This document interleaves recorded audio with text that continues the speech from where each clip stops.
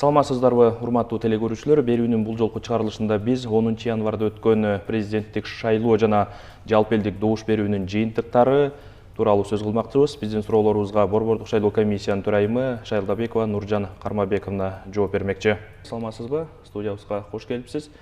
Мына 10 январда республиканын саясий турмушундагы негизгиделген окуялардын бири мөөнөтүнөн мурда президенттик шайлоо жана өлкөнү башкаруу формасын аныктаган жалпы элдик добуш берүү өттү. Алгач дал ушул добуш берүүлөрдүн жыйынтыктары тууралуу кыска нуска айтсаңыз, андан аранан маегибизди уланталы. Борбордук шайлоо комиссиясы 20 январында ушул болуп өткөн мөөнөтүнөн мурда президенттик шайлоонун натыйжаларын аныктады. Ошондой эле Кыргыз Республикасынын башкаруу формасын аныктоо боюнча референдумдун натыйжалары дагы бекитилди. Ошого ылайык президенттик шайлоого жалпысынан 39%-дан көбүрөөк ошо шайлоочулардын тизмесине киргизилген жарандардын саны катышып, президенттик шайлоо болуп өттү деп табылды. Натыйжасында Жапаров Садыр Нуркожоевич 1.105.248 добуш алып, бул 79,20% түзүп, ошонча добуш алып, анан шайланган президент деп эсептелет. Ошондой эле биздин чечим менен Жапаров Садыр Нуркожоевич Кыргыз Республикасынын президенти болуп катталды. Жакында ушул шайланган президенттик кызматына кириши церемониясы өтөт. Инаугурациядан кийин присягага келтирилип, тийиштүү процесс болуп, анан өзүнүн кызматына киришет. Ошондой эле референдум боюнча жыйынтыктар төмөнкүдөй. Жалпысынан биз 3.563.574 референдумдун катышуучусу тизмелерге киргизилип, анын ичинен референдумдун катышуучуларынын тизмесине киргизилген жарандардын ичинен 39,12% добуш берүүгө катышып, мыйзам боюнча референдум болуп өттү деп саналат эгерде добуш берүүгө 30%-дан көбүрөөк жарандар катышса. Демек 39% ошо тизмеге киргизилгендерден катышып, референдум болуп өттү деп эсептелинет. Ошондой эле бул референдумга 3 вариант алынып чыгылган.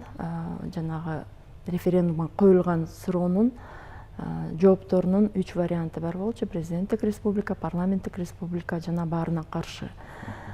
Президенттик республика вариантын колдогон референдумдун катышуучуларынын саны 1.133.485 добуш болду. Бул 81,30%-ды түзөт. Демек, ошол референдум катышкан жарандарыбыз президенттик республикасын башкаруу формасы катары тандады. Ошондой эле парламенттик республикага дагы бирок 151.931 жаран катышып, бул 10,90%-ды түзөт. Бардык варианттарга каршы деген вариантты колдогон жарандардын саны 62.145 жаран болду. Бул 4,45%-ды түзөт.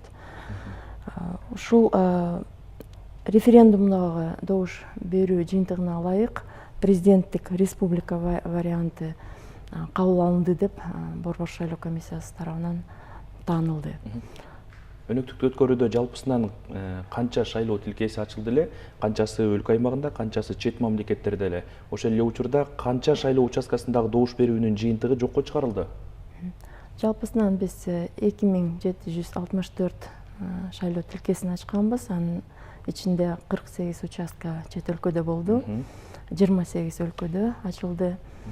Анын ичинен мисалы эң көп биздин диаспора чет өлкөдө Россияда биз 15 участканы ачтык.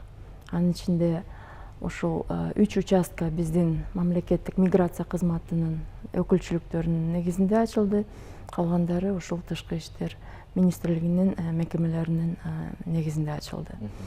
Анан биз ошол участкалардагы добуш берүүнүн жыйынтыктарын аныктоо процессинде мөөнөтүнөн мурда президенттик шайлоодо участкалардын 8-ин добуш берүү жыйынтыктарын жокко чыгардык. Ошондой эле референдумда 10 участканын добуш берүүнүн жыйынтыктары жокко чыгарылды. Андан тышкары дагы жанагы имараттан тышкары добуш берүүнүн жыйынтыктары 4 участкада дагы жокко чыгарылган. Бул себептери бул эң биринчиден процедуралык бузуулар болду. Анткени мыйзамда так эреже бар. Эгерде бюллетендердин саны жана идентификациядан өткөндөрдүн санынан бир бюллетенге дагы ашса, ошондо жокко чыгарылат. Бул көпчүлүк участкалар ошонун негизинде жокко чыгарылды. Андан сырткары дагы мыйзам бузуулар болуп атты. Мисалы, ошол добуш берүү күнүндө агитация деп биздин байкоочулардан билдирүүлөр келип түшкөн. Аны аныктаганда такталып, ошол негизинде дагы мисалы Ошто участка ошол себептен жокко чыгарылды. Жалпысынан добуш жагынан алсак, бул 8 участкада 6907 добуш жокко чыгарылды.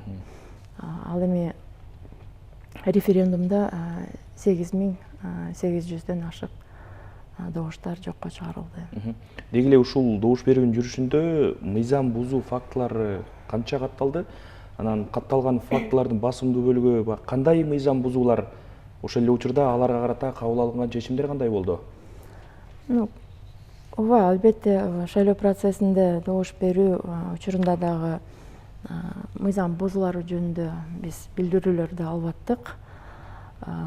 Жалаң эле Борбордук шайлоо комиссиясына жана биздин аймактык шайлоо комиссияларына 49 арыз келип түшкөн. Биз бардык арыздарды абдан мындай кеңири талкуулап, ачык айкын карап чыктык. Анын ичинде ошол мыйзам бузуулардын көпчүлүгү бул жанагы үгүт эрежелерин бузуу болду. Андан сырткары 12 билдирүү мисалы ошол добуш сатып алуулар жөнүндө келип түштү. 18 билдирүү административдик ресурстук кыянаттык менен пайдалануу жөнүндө дагы келип түшүп атты. Жана башка бузуулар жөнүндө. Техникалык маселелер боюнча дагы көп билдирүүлөр келип түшүп атты. Бирок булар мындай мыйзам бузуу катары каралбайт. Айрым эле учурларда эгерде жанагы добуш берүүнүн жашырундугун бузуп атса, анда биз бузуулар катары карап чыктык. Борбордук шайлоо комиссиясы жана аймактык шайлоо комиссиялар ушул көпчүлүк үгүт эрежелери бузуу үчүн жалпысынан 93 000 сомго штраф салдык. Биздин чечимдер менен бул 12 штраф жалпысынан. Анын ичинде айрым талапкерлердин штабтарына, айрым талапкерлердин өздөрүнө штрафтар салынды үгүт эрежелерин бузуу үчүн.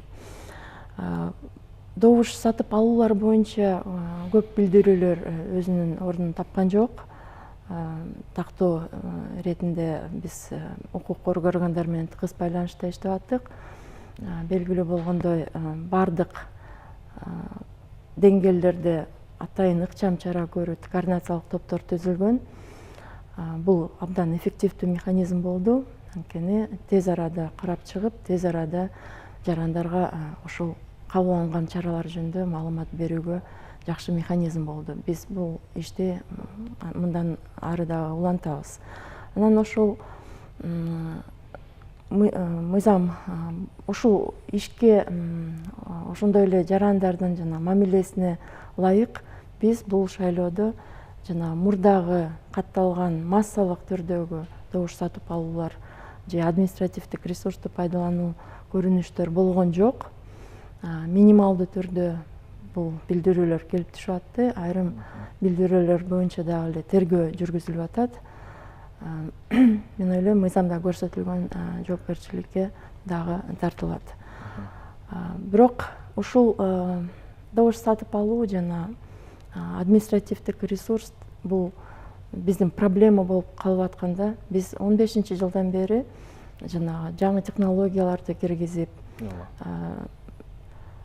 шайлоочуларды эсепке алууда жана добуштарды саноодо биз мындай тактык, аныктыкка жеткенбиз да, ачык айкын бул процесс жүргүзүлөт толугу менен.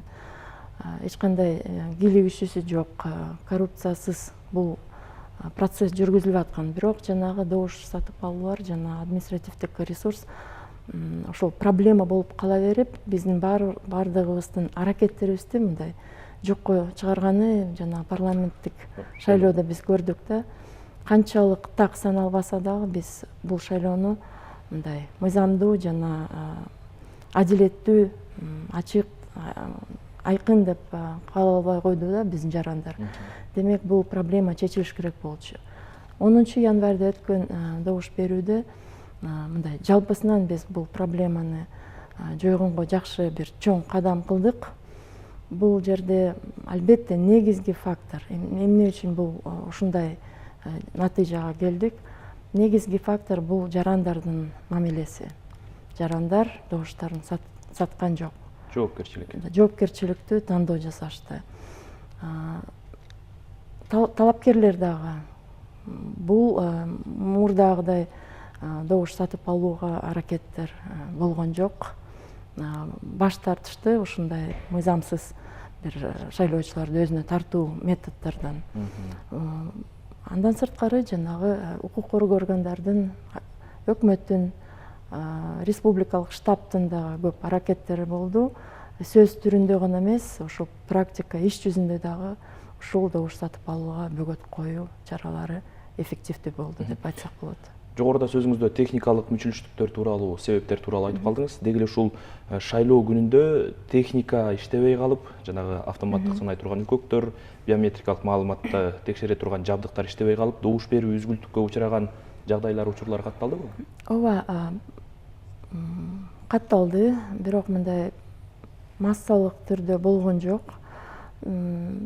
Ал жерде 28 участкада биз ошол шайлоо урналарын алмаштык. 28 учурда гана урналар мындай сбой болду. Башка учурларда жана биздин операторлор мындай туура эмес колдонгонуна байланыштуу мындай кыска мөөнөттөгү кандайдыр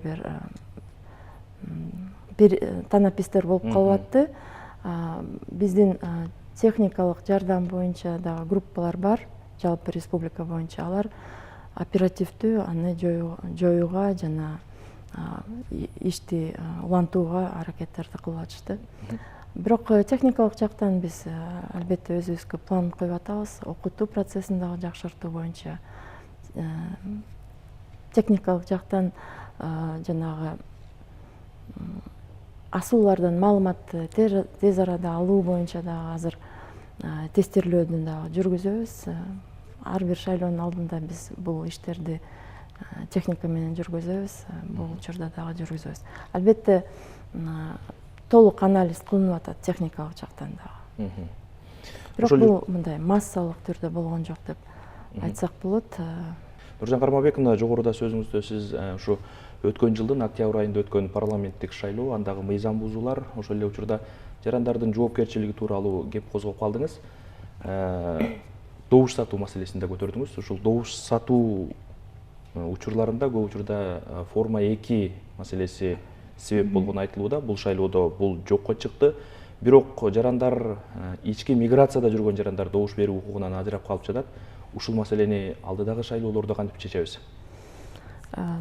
Бул маселе комплекстүү чечилиш керек.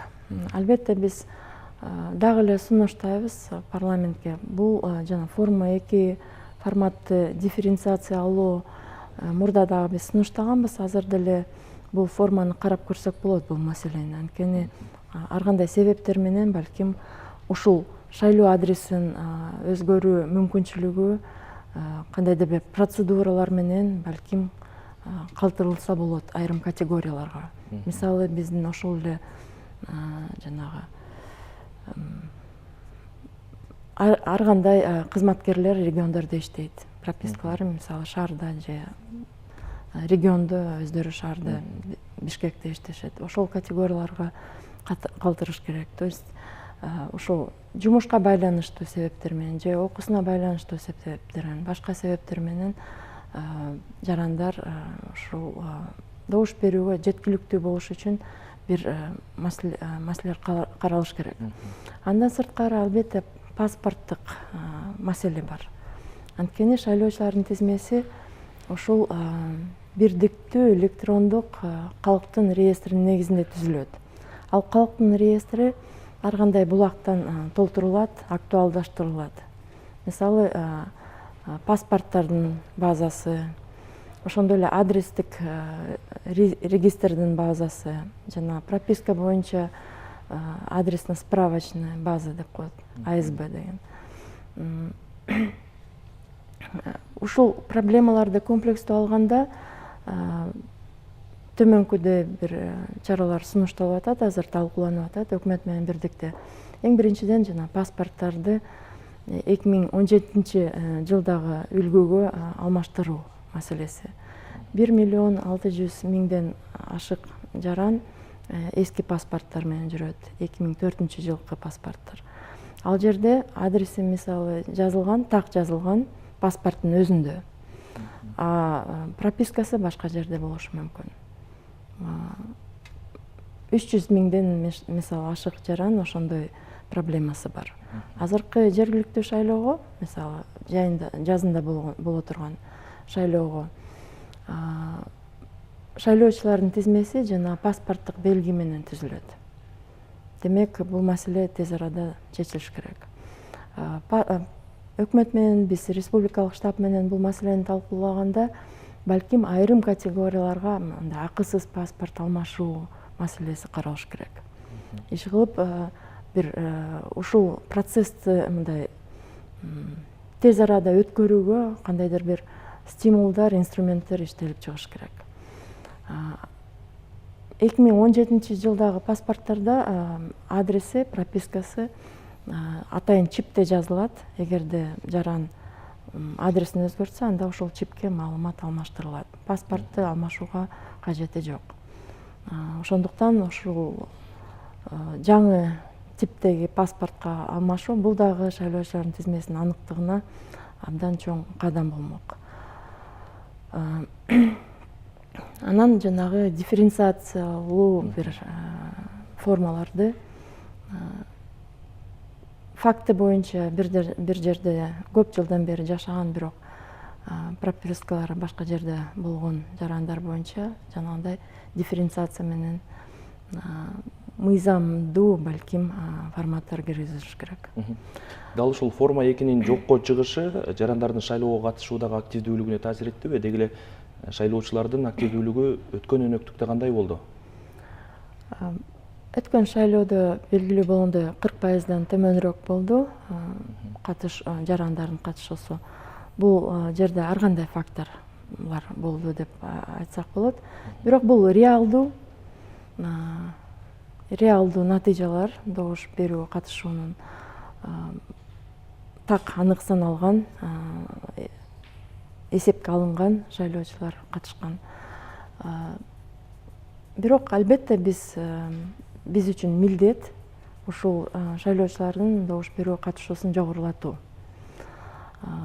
Форма 2 боюнча албетте айрым жарандар добуш берүүдөн сыртта калып калышты. Ошол прописка турган жерге бара албай калышты. Андан сырткары жана добуш сатып алуулардын жана административдик ресурсундагы таасири мурда жогору болчу деп айттык. Албетте бул дагы балким кичине биздин активдүүлүктү азайтты. Биз абдан мындай кеңири муну анализдеп атабыз. Азыр карап көрсөк, мисалы жаш шайлоочулар боюнча. Жаш шайлоочулар жалпы тизмеде 32% түзөт. 30 жашка чейин жаштарыбыз ошол 32%. Бирок жана катышкан шайлоочулардын ичинде алар 22% түзүп атат. Анан эгерде биз жалпы санын карасак, 1,170,000 шайлоочуларыбыз 30 жашка чейин. Алардын 294,000 гана добуш берүүгө катышты. Ошол биз орточо активдүүлүк мисалы 39%дан жогору болсо, ошол жаш жарандардын активдүүлүгү 25% болду. Демек бул жаштар менен биз иштеш керекпиз. Түшүндүрүү иштерин. Түшүндүрүү, маалымдоо иштерин. Биз азыр чоң ушундай бир пландарыбыз бар, жаштар менен иштейли. Бул жолу дагы аялдарыбыз дагы мисалы биз ар бир категория шайлоочуну анализдеп атабыз. Аялдар мисалы жалпы шайлоочулардын тизмесинде 52%ды түзөт. Анан бирок мындай ошол 52% аялдардын ичинде 36% гана аялдар шайлоого катышты. Эркектердин шайлоого катышуусу 43% болду. Ошол бардык жагынан анализдеп азыр биз маалымдоо, түшүндүрүү иштерин жүргүзүү боюнча пландарыбыз абдан чоң. Андан сырткары шайлоо процесси, ошо шайлоо процесси, талапкерлер жөнүндө маалымат, референдумга чыгарылган маселелер көбүрөөк мындай түшүнүктүү болуш керек жарандар үчүн. Бул дагы шайлоо процессинин мындай абдан маанилүү компоненти да. Анткени шайлоочулар ансезимдүү бир тандоо жасоо үчүн ошол иш дагы жүргүзүлүш керек. Азыр биз ар бир райондук мындай борбордо библиотекалардын негизинде же мектептердин негизинде атайын ушул жарандык жана санариптештирүү боюнча билим берүү борборлорун ачуу пландарыбыз бар. Ар бир жаран шаарда жашайбы, борбордо жашайбы, же болбосо эң алыскы айылда жашайбы, ушундай маалыматты алууга толук мындай мүмкүнчүлүгү болуш керек деген ушундай өзүбүзгө милдет коюп, бул коюп иштеп атабыз. Бул ошол шайлоо процессинин мындай шайлоону эркин, ансезимдүү кылуу үчүн, демократиялуу кылуу үчүн абдан маанилүү бир компонент биздин ишибизде. Саясий маданиятты жогорулатыш керекпиз. Бул баарыбыз үчүн маалым болду шайлоо процессинде, акыркы шайлоо процесстерде. Ушул милдеттерди өзүбүзгө алып азыр жумуш баштап атабыз. Ушул жерден сөздүн угун башка багытка бургум келип турат. Деги эле ушул шайлоого корогон каражат кандай сумманы түздү? Жалпысынан шайлоого биз 538 миллион сом короттук, 2 процесске тең. Анын ичинде 31 миллион алдын ала бул жыйынтыктар, 31 миллион референдумга кетти, жана 507 миллион бул мөөнөтүнөн мурда шайлоого жумшалды. Биз сметаны бекитип атканда максималдуу оптималдаштырылган смета бекитилген. Анткени учурдагы бюджеттик проблемаларга байланыштуу дагы, пандемияга байланыштуу дагы биз эң эле мындай зарыл болгон чыгарышууларды пландаштырганбыз. Анын ичинде ушул эгерде экинчи тур болсо, мисалы президенттик шайлоого, анда дагы 137 миллион каралган. Жалпысынан азыркы күндө экономия ушул 170 миллионду түзүп атат пландаштырылган сметадан. Анын ичинде референдумга дагы мисалы 39 миллион сметада каралган, факты боюнча азыр 31 миллион чыгарышалар болду референдум боюнча. Биз уже экинчи жолу өткөрүп атабыз. Бул жолу 2 добуш берүүнү бир күндө. Мисалы 16-жылы биз референдумду өткөргөндө жергиликтүү шайлоо менен бирге бир күндө анда 67 миллион сом референдумга жумшалган.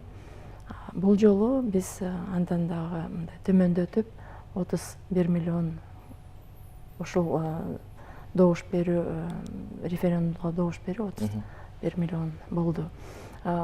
Анткени жана шайлоо модели реформадан баштап шайлоо модели толугу менен унификацияланган формада бардык шайлоолорго бир модель колдонулат.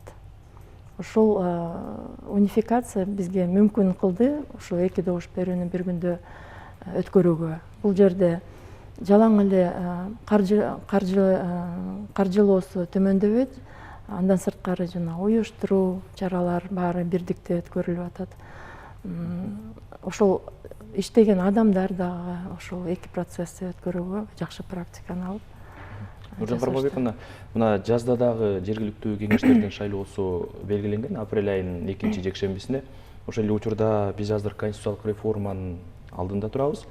Алдыдагы ушул жергиликтүү кеңештердин шайлоосу менен бирге баш мыйзамдын долбоорун жалпы элдик добуш берүүгө чыгаруу маселеси көтөрүлүп жатты эле. Бул канчалык деңгээлде негиздүү ушундай божомол айтылып жаткандыгы чын эле апрель айында эки шайлоону бир өткөрөбүзбү? Апрель айында мыйзам боюнча жергиликтүү шайлоолор өткөрүлүш керек. Мыйзамда белгиленген жергиликтүү шайлоолор апрелдин 2 демалыш күнүндө өткөрүлүш керек деп. Алар демек мыйзам боюнча кайра эле жергиликтүү шайлоолор добуш берүү күнүнө 60 күн калгандан кеч эмес, кечиктирбестен дайындалыш керек. Демек февралдын 11-inde бул шайлоолор дайындалат. Ал эми кийинки конституциялык референдум жана башка ушул конституциянын долбоору боюнча маселелер бул тийиштүү дайындоо субъектилеринен көз каранды. Бул референдумдар мыйзам менен дайындалат. Демек бул парламенттин ыйгарым укуктары, жергиликтүү шайлоолор президент тарабынан дайындалат. Бирок дал ушул чечимдер чыгарыла элек. Биз ошол чечимге ылайык борбордук шайлоо комиссиясы жана аймактык комиссиялар ишин алып барышат. Бирок эки шайлоону бир күндө өткөрүү канчалык деңгээлде максатка ылайык? Бул каржылык жагынан жана уюштуруу иштери жагынан? Каржылоо жана уюштуруу жагынан бул процесс толугу менен мүмкүн жана эффективдүү. Мурда айтып кеткендей, анткени бир процедуралар, бир комиссиялар ишке ашырат бул процесстерди. Ал эми комиссиялар мыйзамдын негизинде же болбосо чечимдин негизинде ишин алып барышат. Каржы маселесине мына жогоруда кайрылып калдык. Дагы бир учурда шайлоочуларды жана талапкерлерди кызыктырган дагы бир жагдай. Президенттикке ат салышкан талапкерлер шайлоо фондунун күрөөсүн чогултушкан. Ушул чогулган күрөөнүн ичинен кайсы талапкерлерге кайра акча каражат кайтарылып берилет? Мыйзамга ылайык шайлоо күрөөлөр 1 миллион сомду түзөт президенттик шайлоодо. Анан 21 талапкер өзүнүн фонддорун ачып шайлоо күрөөсүн биздин депозиттик счетуна которушкан. Анын ичинде 3 талапкерди биз каттоодон баш тартууга ылайык күрөөлөр кайтарылып берилген.